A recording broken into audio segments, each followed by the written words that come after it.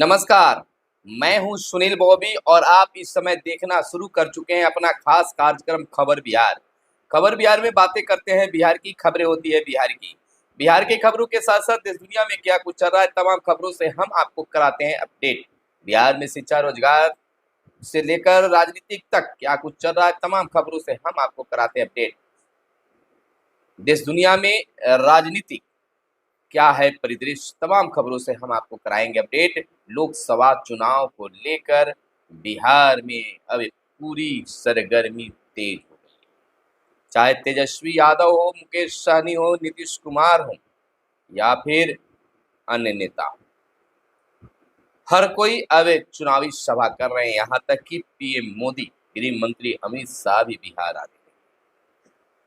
आपको बता दें कि हम लोग थोड़े सोचे मस्ती कर लेते हैं भाजपा वाले से, क्योंकि भाजपा वाले तो बिहार के युवा, देश के युवा, गरीब किसान, मजदूर सभी के साथ मजाक कर रहे हैं। मछली के बाद मुकेश सहनी और तेजस्वी यादव ने संतरा खाया संतरा।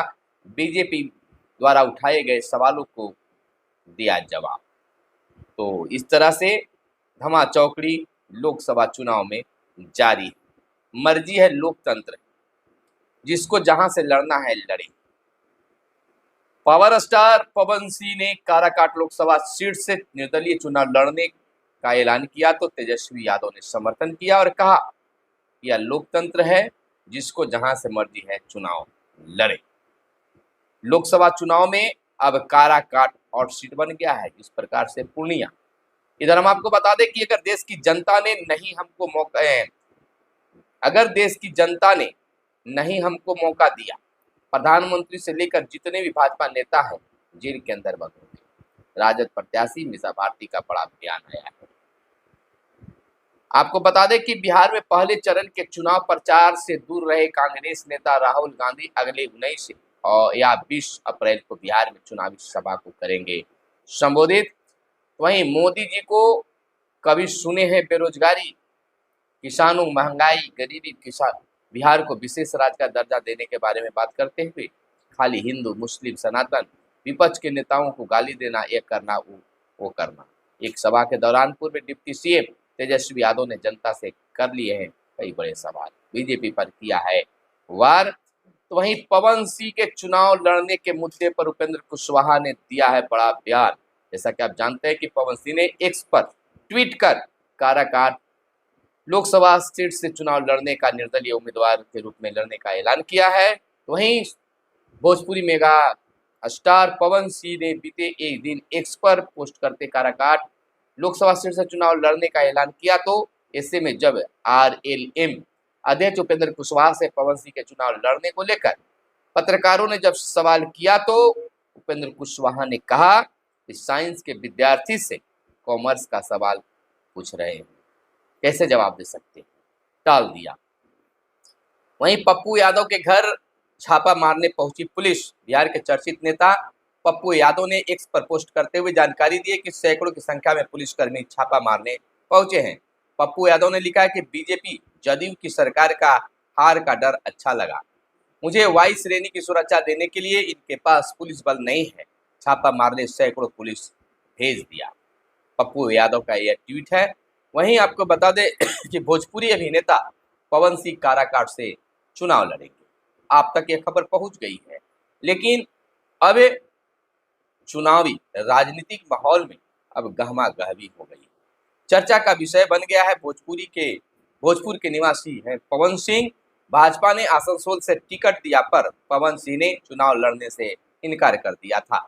बताते चले कि भोजपुरी सिने स्टार, गायक और भाजपा नेता पवन सिंह काराकाट से लोकसभा चुनाव लड़ेंगे। बुधवार को सोशल मीडिया एक्स पर ट्वीट कर पवन सिंह ने खुद यह जानकारी साझा की है।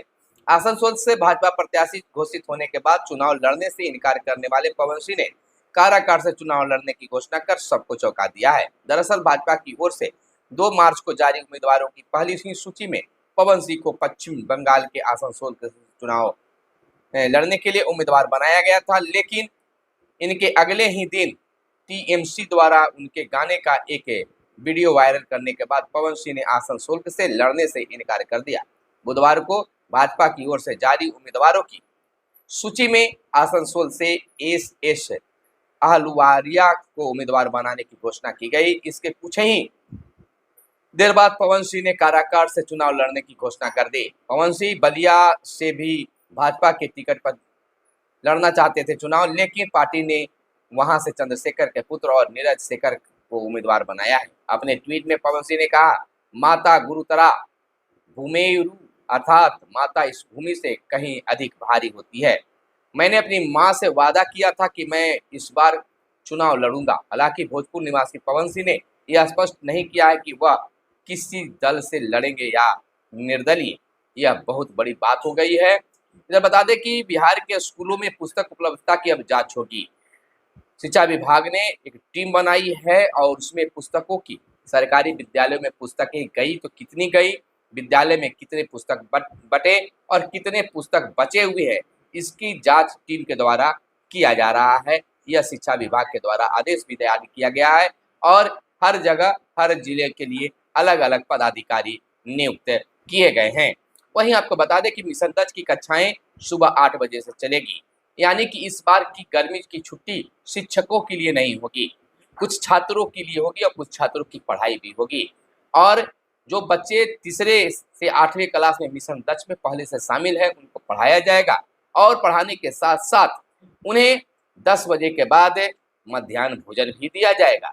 शिक्षक 10 बजे के बाद मध्याह्न भोजन कराने के बाद अपने घर चले जाएंगे और प्रधानाध्यापक नामांकन करेंगे और अन्य कार्य भी कराते रहेंगे। इधर बीपीएससी तीसरे चरण की रद्द शिक्षक भर्ती परीक्षा जून में संभव बताया जा रहा है। 7 से 15 जून के बीच परीक्षा कराने की तैयारी है।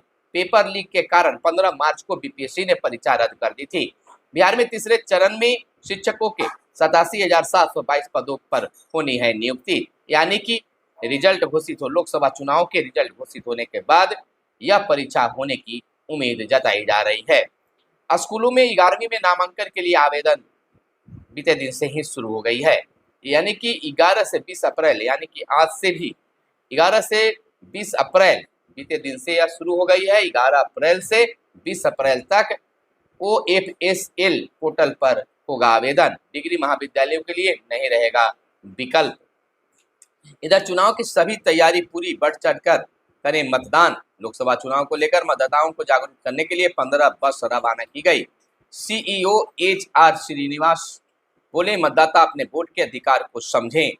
मतदाता जागरूकता संदेशों को 304 बसों के माध्यम से प्रसारित किया जाएगा।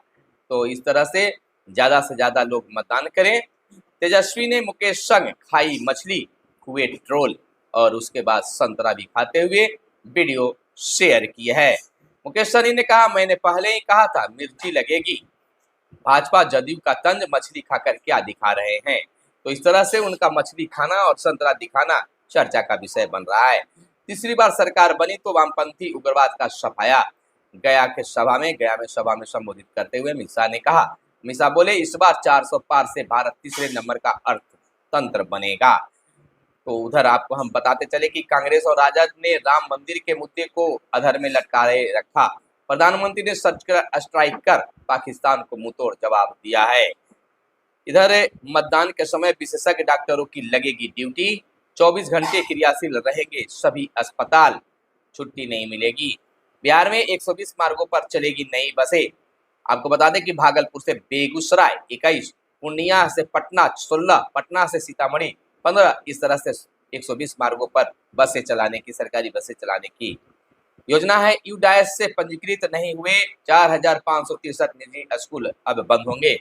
शिक्षा विभाग के निर्देश पर डीईओ ने जारी किया है सभी विद्यालय को खास नोटिस है। वहीं अगली बड़ी खबर यह है कि JNU भारत का सर्वश्रेष्ठ विश्वविद्यालय।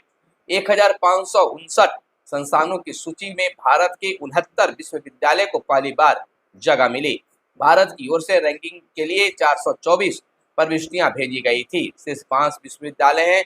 विश्व में ब्रिटेन के ससेक्स यूनिवर्सिटी में 96.9 अंकों के साथ पहला स्थान प्राप्त किया।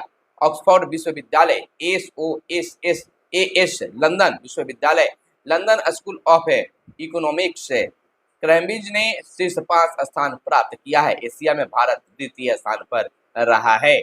वहीं आपको बता दें कि लालू जी ने आडवाणी का रथ रोका था। मैं भाजपा का रुकूंगा, यह कहना है तेजस्वी यादव का।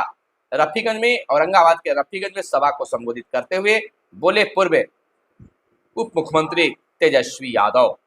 तो तेजस्वी यादव का यह बड़ा बयान है। वहीं बिहार में सिर्फ 57% लोगों के पास है संचार सेवा, 11 राज्य राष्ट्रीय औसत से ऊपर, 8 राज्य राष्ट्रीय औसत से नीचे है। आपको बता दें 85.38% है देश का औसत दूरसंचार घनत्व मामले में। भारतीय दूरसंचार विनियामक प्राधिकरण ने जारी की है दूरसंचार घनत्व रिपोर्ट। दूरसंचार घनत्व के मामले में बिहार देश भर में निचले पैदान पर है। तो यह बड़ी खबर है। आगे की बात बता दें कि बीपीएससी नियोजित शिक्षकों को परीक्षा देना है। इसके लिए प्रधान शिक्षक और प्रधानाध्यापक के परीक्षा को लेकर फिलहाल कोई डेट जारी नहीं किया गया है, लेकिन यह अनुमान लगाई जा रही है कि 15 जून के बाद, 15 जून से 25 जून के बीच कभी भी प्रधान शिक्षक, प्रधानाध्यापक की जो शिक्षक की परीक्षा है बीपीएससी के द्वारा, वह ली जा सकती है। इसमें प्रधान शिक्षक के लिए कुल 1,21,000 आवेदन प्राप्त हुए हैं और प्रधानाध्यापक के लिए लगभग 22,000 आवेदन प्राप्त हुए हैं। तो बस यह उम्मीदों के साथ आप इंतजार कीजिए। और आज की खबर में बस इतना ही। आप इस वीडियो को किस जिले से देख रहे हैं जरूर बताइएगा। खबरों से, बिहार की खबरों से जुड़े रहने के लिए आप हमारे चैनल को सब्सक्राइब कर सकते हैं। फिर मिलते हैं अगले वीडियो में। कैमरे के पीछे है मिस्टर साहिल। जय हिंद, जय भारत, वंदे मातरम।